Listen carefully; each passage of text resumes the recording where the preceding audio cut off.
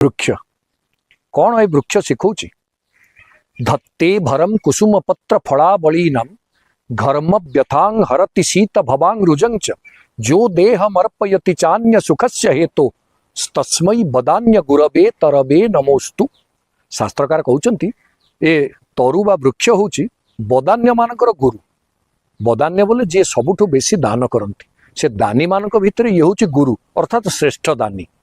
आउ कौन करंती वृक्ष ना ये पत्र फूल फलर भार को मुंडे की ठिया हिची शीत वर्षा खरार प्रकोप को सहुची एवं आमको छाया दौची फूल दौची फल दौची आश्रय दौची एवं जीवन थिला जाक केवल दौनी जीवन गला परे वृक्षटा मरीगला परे तार संपूर्ण शरीरटा को भी से आमको दौची सेही काठरे आमे आसबाब पत्र तैयारी करछे बंची थिला बेले भी दान मला परे भी दान।